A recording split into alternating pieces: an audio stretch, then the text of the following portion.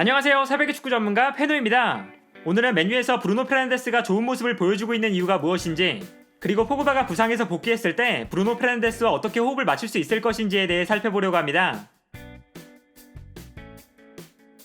먼저 브루노 페르난데스는 맨유로 이적한 이후에 공격형 미드필더 자리에서 굉장히 좋은 활약을 보여주고 있습니다. 기본적으로 맨유는 프레드와 마티치 혹은 맥토미니를 중원에 배치시키고 그 위에 브루노 페르난데스를 기용한 형태로 경기를 운영하는데요. 보통 4백을 바탕으로 4-2-3-1 전형을 사용하거나 3백을 바탕으로 3-4-1-2 전형을 사용하면서 이 정삼각형의 중원 형태를 유지하는 모습을 보여줬고, 상황에 따라서는 다이아몬드 형태의 중원을 사용하면서 브루노 페르난데스를 꼭지점에 배치하는 형태도 보여줬습니다. 최근 맨유의 패스맵을 봐도 이러한 특징을 확인할 수 있는데, 맨유가 브루노 페르난데스를 중심으로 정삼각형 형태의 중원 라인을 형성하고 있는 모습을 볼 수 있습니다. 경기를 봐도 이러한 전형을 경기 내내 확인할 수 있었는데요. 그리고 이러한 전형에서 브루노 페르난데스는 크게 두 가지 역할을 수행합니다. 가장 먼저 공격 지역을 부지런하게 돌아다니면서 맨유의 공격을 원활하게 풀어주는 역할을 수행하는데, 기본적으로 선수들과 간결하게 볼을 주고받는 움직임이 워낙에 훌륭한 선수이기 때문에 브루노 페르난데스를 중심으로 공격이 전개될 때 맨유의 공격 작업이 굉장히 원활하게 이루어지는 모습을 보여주고 있습니다. 예를 들면 이처럼 브루노 페르난데스가 중심이 되어서 공격을 전개하는데, 브루노 페르난데스는 맨유로 오기 전부터 공격 진영에서 볼을 주고받으면서 공격을 전개하는 데 굉장히 뛰어난 모습을 보여줬고, 맨유에서 자신의 능력을 확실하게 보여주고 있습니다.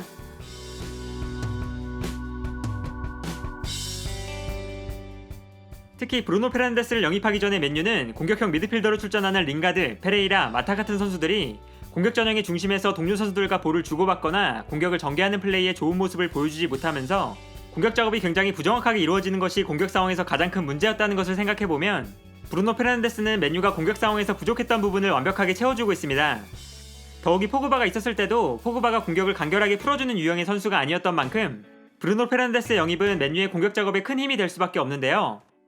그리고 브루노 페르난데스의 두 번째 역할은 창의적인 패스로 공격수들에게 결정적인 찬스를 만들어준다는 것입니다. 맨유는 그동안 주로 포그바가 창의적인 패스를 공급할 때가 많았는데요.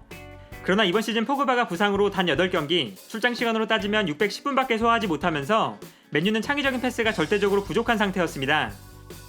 따라서 맨유는 브루노 페르난데스의 영입으로 창의적인 공격 작업에 대한 문제를 해결할 수 있었는데, 브루노 페르난데스의 영입 이후로 맨유의 공격에 창의적인 패스가 더해지기 시작했습니다. 최근 맨유의 공격 장면을 봐도 브루노 페르난데스의 패스가 기회를 만들어내는 경우가 많은데, 이 장면을 보면 브루노 페르난데스가 볼을 잡을 때 마샬, 제임스, 루크쇼까지 많은 선수들이 전방으로 뛰어나가고 있습니다. 그리고 브루노 페르난데스가 마샬에게 좋은 패스를 보내주면서 마샬이 득점까지 성공했는데요. 창의적인 패스로 공격수들에게 기회를 만들어주는 플레이는 맨유로 오기 전부터 브루노 페르난데스가 가진 가장 큰 장점이기도 했습니다.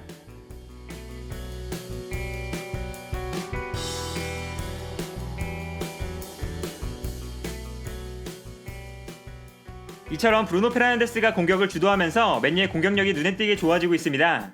맨유는 브루노 페르난데스를 영입하기 전에 38경기에서 66득점, 경기당 1.7골을 기록하고 있었는데, 브루노 페르난데스가 합류한 이후로는 9경기에서 22득점, 경기당 2.4골을 기록하고 있습니다. 그러나 브루노 페르난데스가 교체로 투입돼서 8분밖에 뛰지 않았던 경기가 있기 때문에 실질적으로는 브루노 페르난데스가 합류한 이후에 맨유는 8경기에서 21골, 경기당 2.6골을 기록하고 있는데요.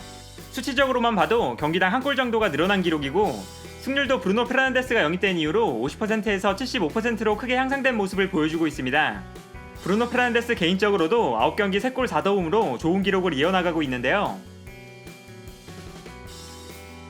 그리고 브루노 페르난데스가 좋은 활약을 보여줄 수 있도록 도와주는 선수는 프레드라고 할 수 있습니다.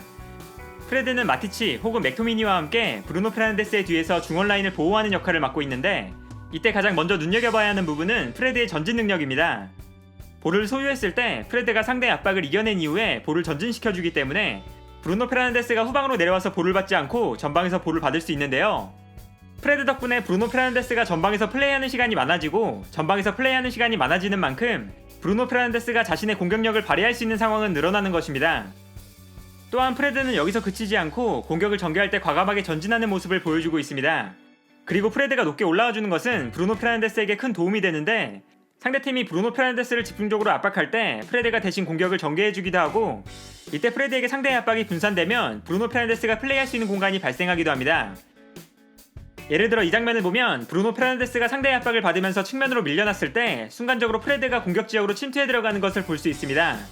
그리고 브루노 페르난데스에게 상대팀의 시선이 쏠려있기 때문에 프레드가 비교적 자유로운 상태가 되는데, 이때 프레드에게 볼이 연결되면서 프레드가 공격을 전개하는데요. 이렇게 프레드가 공격 상황에서 높은 지역까지 올라갔을 때 맨유가 얻을 수 있는 또 다른 장점은 전방에서 강한 압박이 가능하다는 것입니다. 프레드뿐만 아니라 브루노 페르난데스 또한 압박에 적극적으로 참여하는 선수인 만큼 볼을 빼앗겼을 때 맨유는 프레드와 브루노 페르난데스가 곧바로 전방에서 상대를 강하게 압박하고 볼을 빼앗아오면서 좋은 찬스를 맞이하는 모습을 자주 보여주고 있습니다. 여기에 더해서 상대가 맨유의 압박을 벗어나서 공격을 전개하게 되면 프레드는 후방으로 빠르게 내려가서 상대를 압박해주고 수비라인을 보호해주는 모습까지 보여주게 됩니다. 프레드가 부지런하게 수비로 내려와주기 때문에 맨유는 수비 상황에서 중원에 공백이 발생하는 상황을 최소화시킬 수 있고, 마티치 혹은 맥토미니와 프레드가 수비라인을 보호해주면서 브루노 페르난데스는 좀 더 높은 위치에 머무르면서 역습을 준비할 수 있었습니다.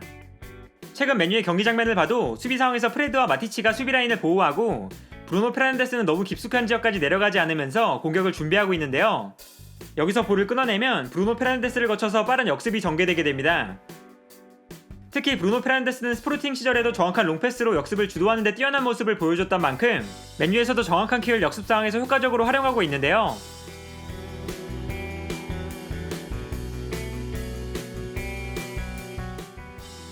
이처럼 프레드가 공수양면으로 부지런하게 돌아다니면서 공격 지역에서는 브루노 페르난데스의 공격 전개를 도와주고, 수비 상황에서는 수비에 적극적으로 가담해주면서 브루노 페르난데스가 수비적으로 내려오지 않고 공격을 준비할 수 있는 상황을 만들어주고 있습니다.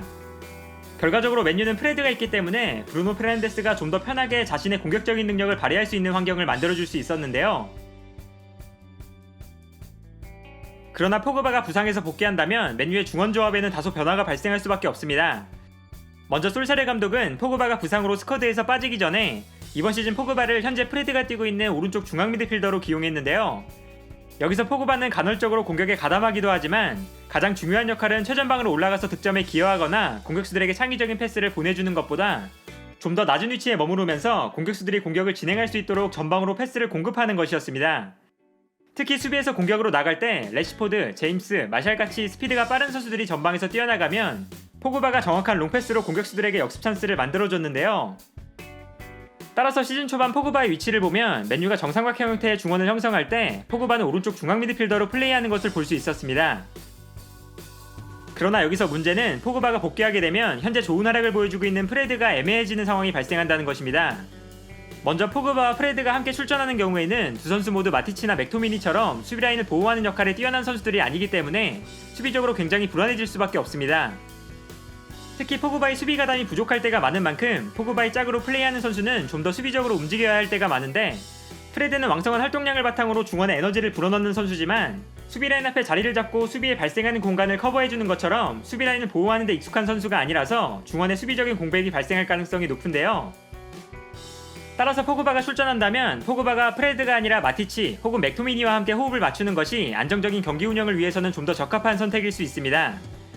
그리고 포그바가 공격적으로 움직이면서 브루노 페르난데스와 함께 전방에서 공격을 주도하는 형태로 경기가 운영될 수도 있고, 이때는 중원이 역삼각형 형태로 변화하는 것도 가능합니다. 이러한 전형에서는 브루노 페르난데스와 포그바가 위아래로 활발하게 움직이면서 중원에 공백이 발생하지 않도록 도와주는 것이 중요할 텐데요. 그러나 브루노 페르난데스와 포그바의 공격적인 움직임 때문에 중원이 헐거워지는 것을 방지하기 위해서 솔샤르 감독이 중앙 미드필더를 4명 배치하는 형태로 경기를 운영할 수도 있습니다. 실제로 지난 시즌 솔샤르 감독이 포그바의 공격적인 능력을 활용하는 동시에 포그바의 부족한 수비 능력을 보완하기 위해서 자주 사용했던 전형인데, 포그바가 공격적으로 올라가면서 본인이 좋아하는 왼쪽 지역에서 공격을 주도하고 공격형 미드필더 자리에 있는 선수는 오른쪽 지역으로 움직이는 형태가 됩니다. 그리고 중앙에 있는 2명의 미드필더는 자연스럽게 중원 라인을 형성하게 되는데요.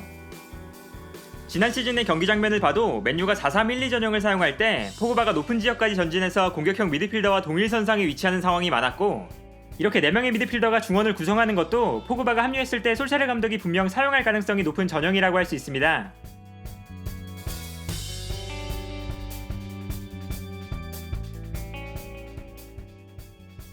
결과적으로 현재 맨유는 브루노 페르난데스가 영입된 이후로 중원 라인이 좋은 경기력을 보여주고 있는데, 여기서 포그바가 부상에서 복귀했을 때 중원 라인에 어떻게 녹아들어갈 수 있느냐가 맨유에게 가장 중요한 전술 포인트라고 할 수 있습니다. 코로나 바이러스 때문에 경기를 치를 수 없는 상황이지만 오히려 솔샤르 감독은 현재의 전술에서 포그바를 활용하는 방법을 찾기 위해 많은 고민을 하지 않을까 싶은데요. 과연 솔샤르 감독이 어떤 방법을 찾아올 수 있을지 솔샤르 감독의 전술적인 능력이 기대되는 부분이 아닐까 합니다. 오늘 영상은 여기까지고요. 시청해주셔서 감사합니다.